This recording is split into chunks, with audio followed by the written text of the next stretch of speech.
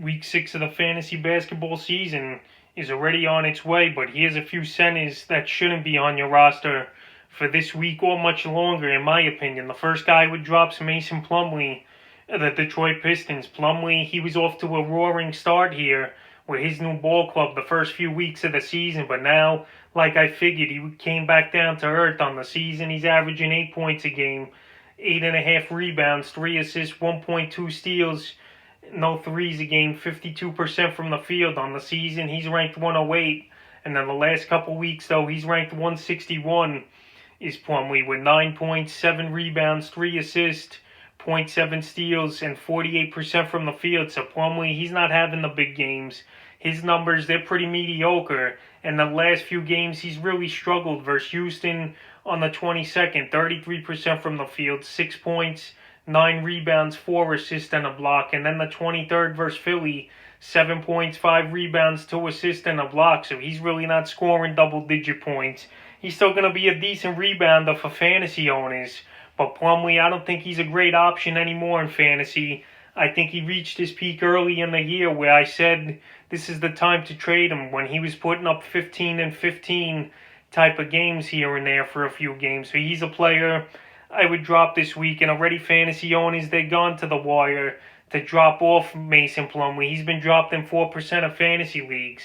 His ownage is still at 58%, but I would drop him in more. He's just not producing big numbers, and he's a player hurting your percentages as well now. So if there's better options, I would drop Plumlee. The second center I would drop this week's Al Horford of the OKC Thunder. Horford this season, it hasn't been a good one for him, and now he's been out with personal problems, Horford, since January 13th. So he's missed 12 days of games and stuff, is Horford, on the season. 11 points a game, 7 rebounds, 2.4 assists, 1.8 threes, only 41% from the field.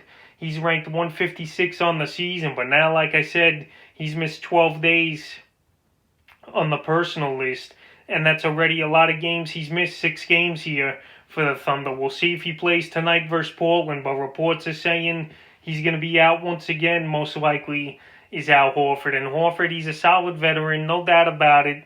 He plays the game well, but right now he's frustrating to own, missing the 10 or 11 days and a bunch of ball games.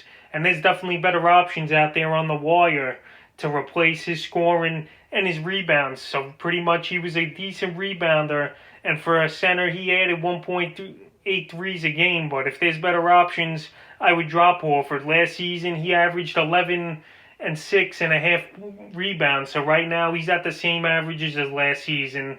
We'll see if they trade him, is the Thunder, by the trade deadline, and see where he lands. But right now, he's owned in 70% of fantasy leagues.